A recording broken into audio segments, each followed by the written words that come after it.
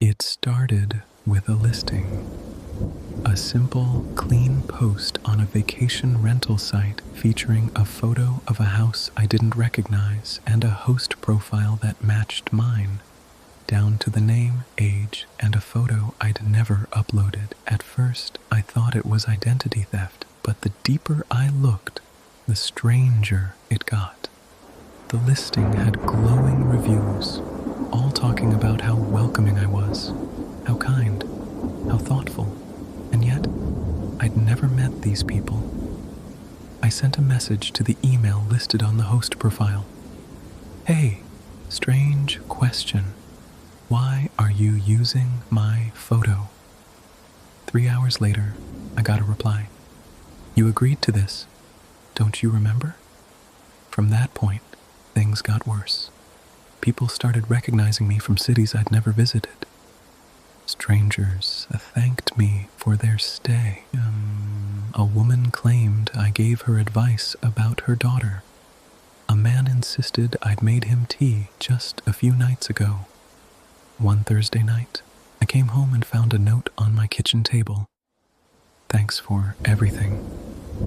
You were a great host.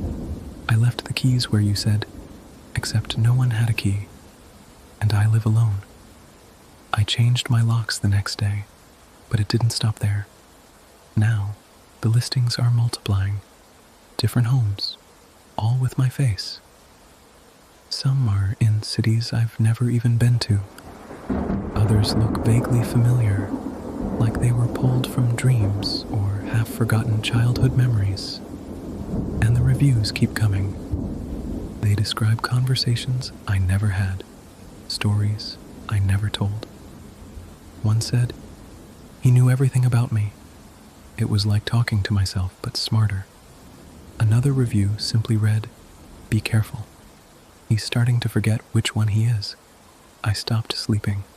Mirrors started to bother me.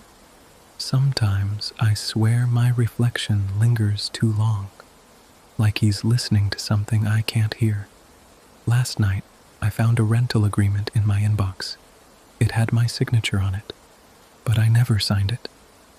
And then, a knock at my door. A man stood there. Same height, same hair, same voice. He smiled. Hey, your shift's over. I've got it from here. I paced the room for hours. No windows opened, no exits except the locked door. I shouted until my voice cracked, but no one came. At 5:58 p.m., a soft chime rang from somewhere behind the wall. The doorknob turned. I backed away as the door creaked open by itself. Nobody stood there. Just a hallway.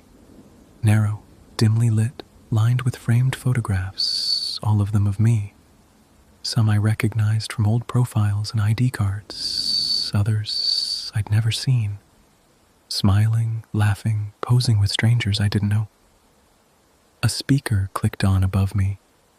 A calm voice, my own, echoed down the corridor. Thank you for choosing to stay with us. Your host will be joining you shortly. I walked slowly down the hallway. The floor creaked with each step, perfectly in time with another set of footsteps just out of sync with mine. At the end of the hall was a mirror, but when I looked into it, I wasn't alone. The reflection stared back with my face and smiled, but I wasn't smiling. Then it leaned closer to the glass and whispered something I couldn't hear and vanished. I tried everything to wake up, slapping myself, screaming, breaking the mirror. Nothing worked. Eventually, I sat in one of the rooms, a lounge staged like an Airbnb listing, and waited. Then the guests arrived. One by one, they entered, smiling, laughing, talking to me. They said things like, "Thank you for letting us stay, and this place is perfect."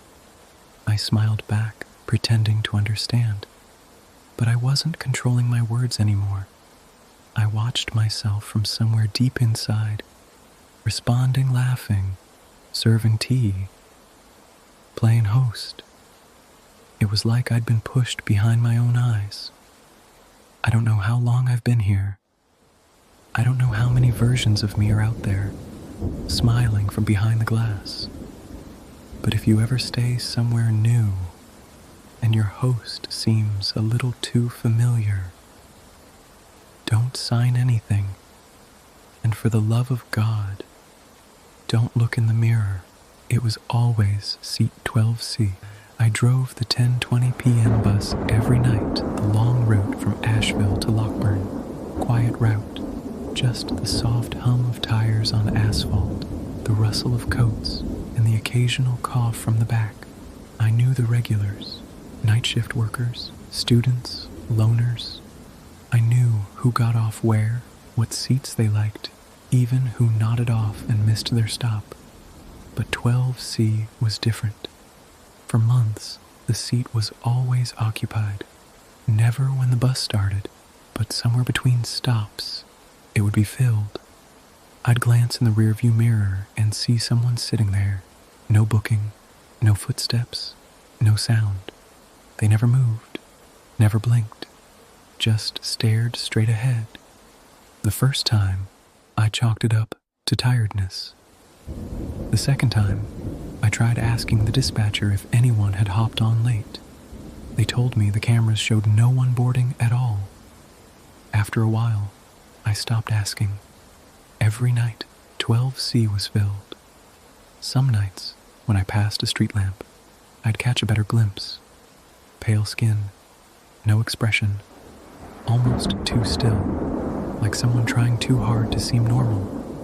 Once, I saw what looked like a faint smudge of dirt across their neck, like a bruise that wasn't healing. I never confronted it until the night it moved. That evening, there were only 5 passengers. I counted them as always. By the third stop, it was down to 3. When I checked the mirror at the next light, 12C was full. But the figure wasn't sitting still this time. It had turned, slightly, just enough that I could see one eye, open wide, unblinking, watching me. I looked away quickly. My hands felt cold on the wheel. Then, slowly, it stood. It walked toward the front. Each step was silent. No sway, no weight, just gliding almost. It stopped directly behind me. I didn't turn around. I just kept driving. I told myself it wasn't real. I focused on the road. But then, a voice, calm, quiet, just behind my shoulder, whispered, "You missed my stop." I slammed the brakes. The bus screeched to a halt. Lights flickered. One of the real passengers yelled out. I turned around. There was no one there. 12C was empty. I reported the incident, told my supervisor I might need time off. I didn't mention the part about the voice. I just said I'd been seeing things. She said I was the second driver that year to quit that route. That night, I didn't sleep. And the next night, I wasn't on the bus. But I sat in my car across the road from the depot, engine off, just watching the 10:20 depart without me. I watched the bus pull away into the dark and swore I saw a pale face watching from the rear window. It didn't stop there. A few weeks later, I was driving home late. A back road, unfamiliar. Fog settled in heavy, like it was trying to hide something. And that's when I saw the bus. Parked, empty, engine running, interior lights glowing soft yellow, no driver. I pulled over. My heart pounded as I walked up to the open doors. The steps creaked beneath me. It smelled like dust and metal and something older. The bus was still warm, and there, in the middle, seat 12C full. The figure didn't move, but the head slowly turned as I stepped back off the bus. I drove away faster than I should have. I didn't look back. Weeks turned into months. I found work elsewhere, day shifts, quiet offices, nothing on wheels. But the nightmares started, always the same. I'm driving. The bus is full. Every seat is me. Dozens of versions of me, all staring forward. All except 12C. That one always turns and whispers, "You never dropped me off." I moved cities, changed numbers, got rid of everything that reminded me of that job. But sometimes, when I walk home late, I hear the sound of an engine idling just around the corner. And when I turn, nothing, just shadows.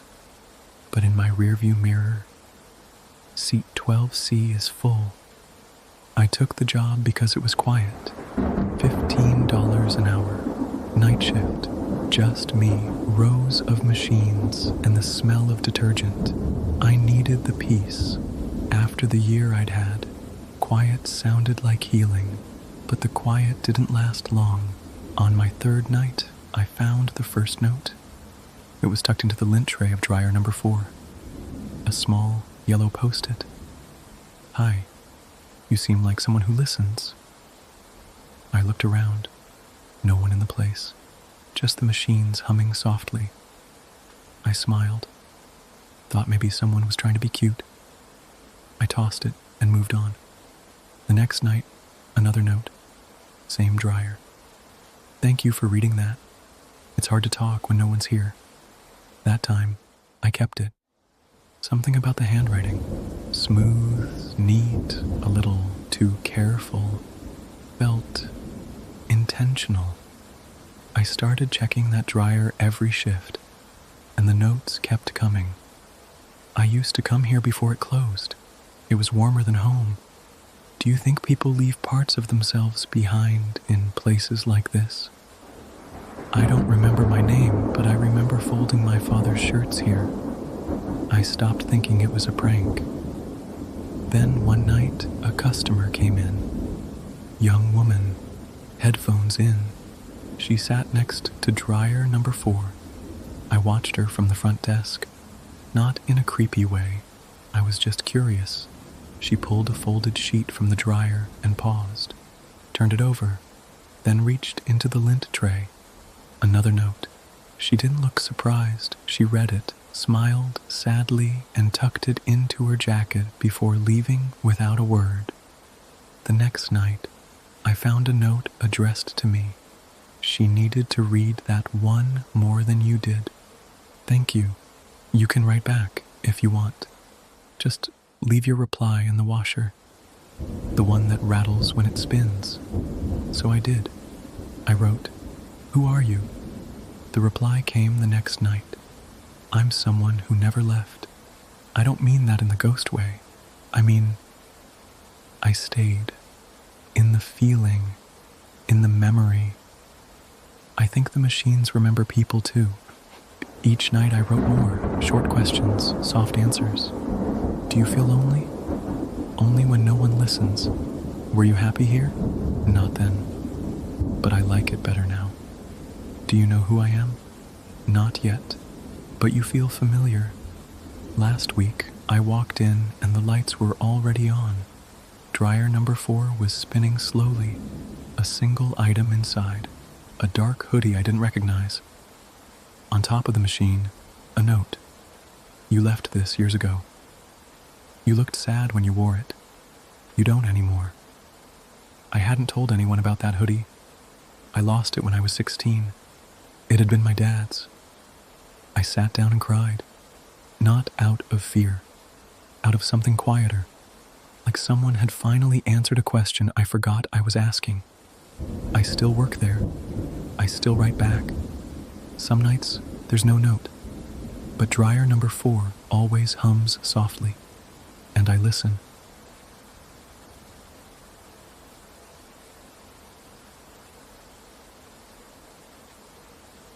I took the job because it was quiet. $15 an hour. Night shift. Just me, rows of machines, and the smell of detergent. I needed the peace. After the year I'd had, quiet sounded like healing, But the quiet didn't last long. On my third night, I found the first note. It was tucked into the lint tray of dryer number 4. A small, yellow post-it. "Hi, you seem like someone who listens." I looked around. No one in the place. Just the machines humming softly. I smiled. Thought maybe someone was trying to be cute. I tossed it and moved on.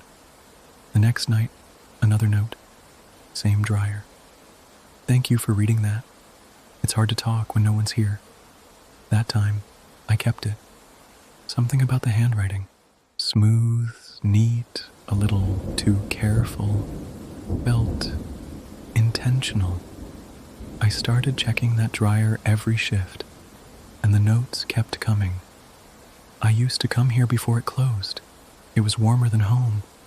Do you think people leave parts of themselves behind in places like this? I don't remember my name, but I remember folding my father's shirts here. I stopped thinking it was a prank." Then one night, a customer came in.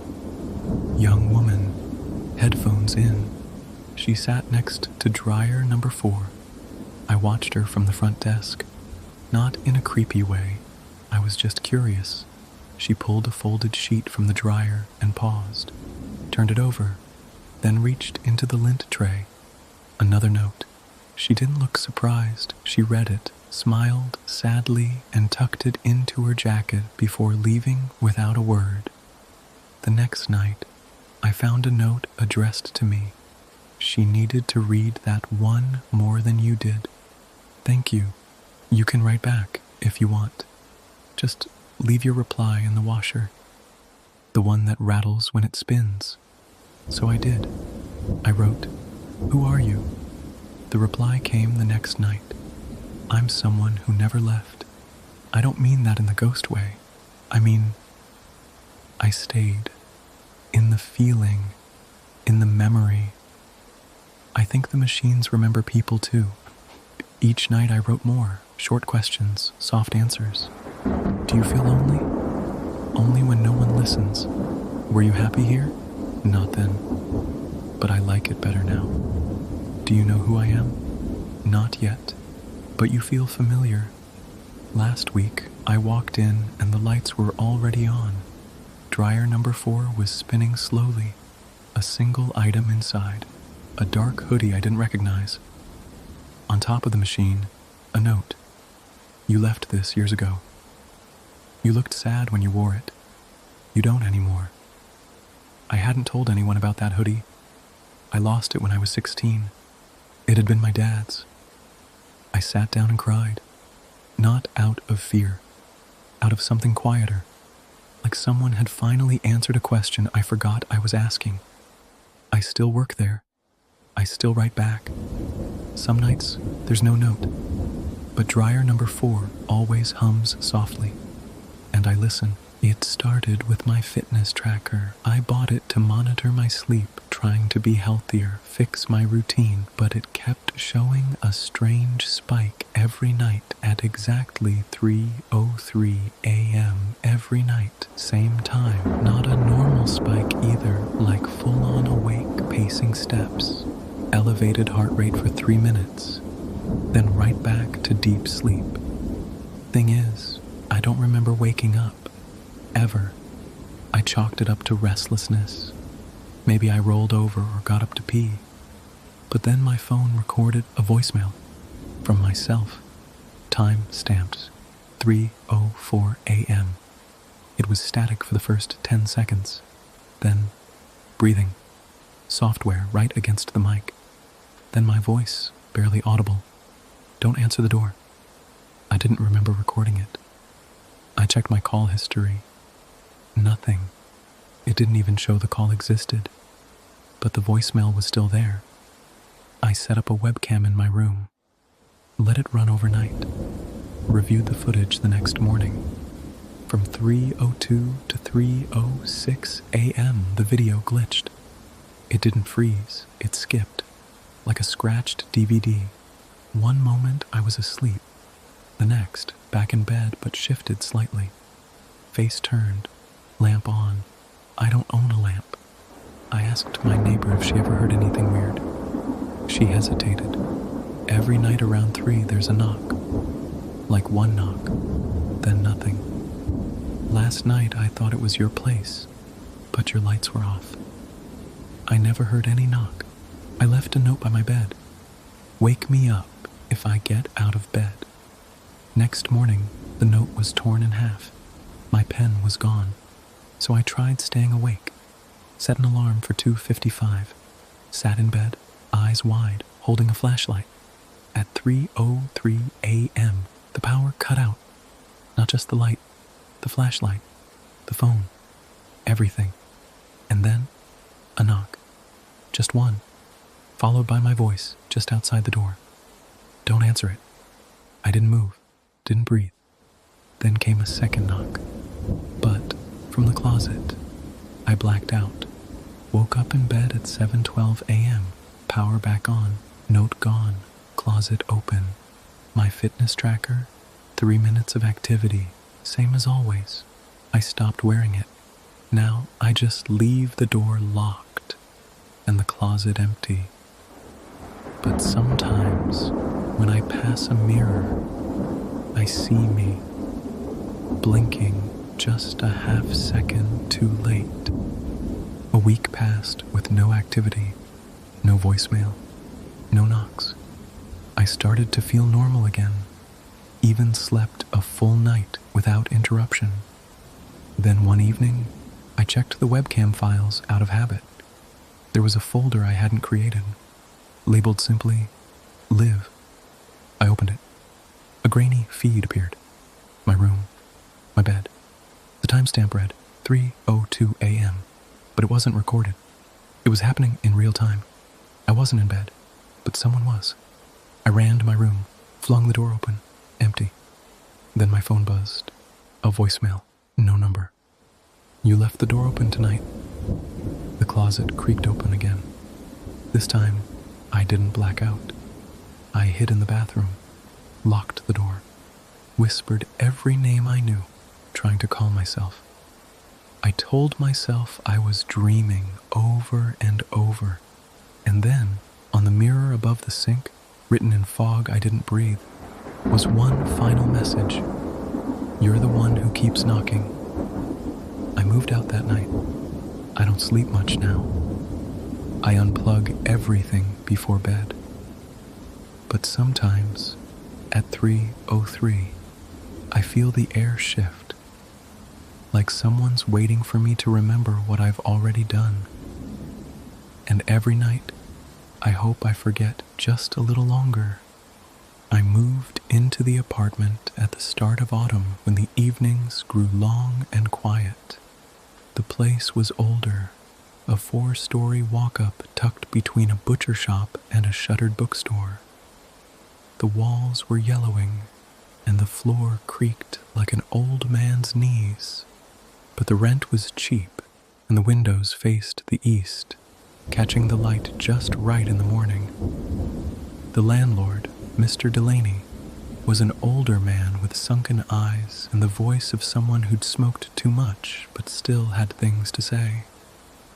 Only rule, he told me as he handed over the keys.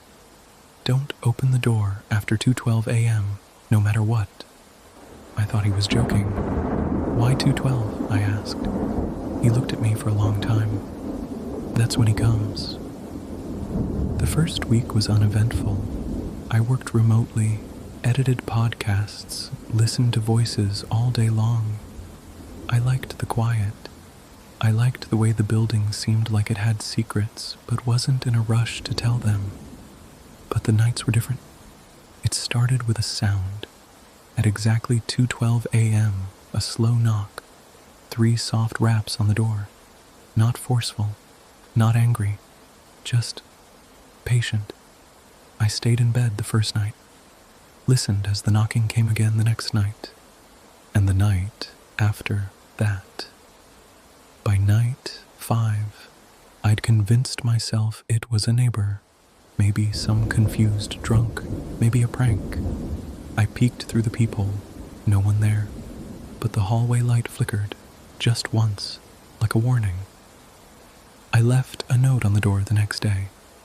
Wrong apartment. Please stop. At 2:12 that night, the knock came, then silence, then a paper sound, the note being removed. When I checked the next morning, it was gone. In its place was a new note, folded neatly, stuck between the door frame and the hinge. I know. That's when I started recording. I set up a camera in the living room, pointing at the front door. I synced it with my phone, waited, stayed in bed. At 2:12 a.m., I got the notification. The door camera recorded movement. I opened the app. The screen showed my door. A figure stood there, thin, tall, wearing something dark that shifted like smoke. Its head was tilted, as if listening. Its hand never moved, but the knocking still came. 3 times. I watched, frozen, as it stood there for 7 minutes. Then it turned and walked away, but its feet never touched the ground. I showed the footage to Delaney the next morning. He didn't flinch. That's him, he said. Hasn't missed a night since '94. I stared at him. You're telling me this happens every single night? Only to the person living in 3B? My unit. I asked who had lived there before me. He hesitated, then gave me a name, Anna Farrow. I looked her up. There was no record of her after 2018. I became obsessed. Each night I waited, camera rolling, door locked. The figure never tried to enter, never spoke, just knocked, just stood.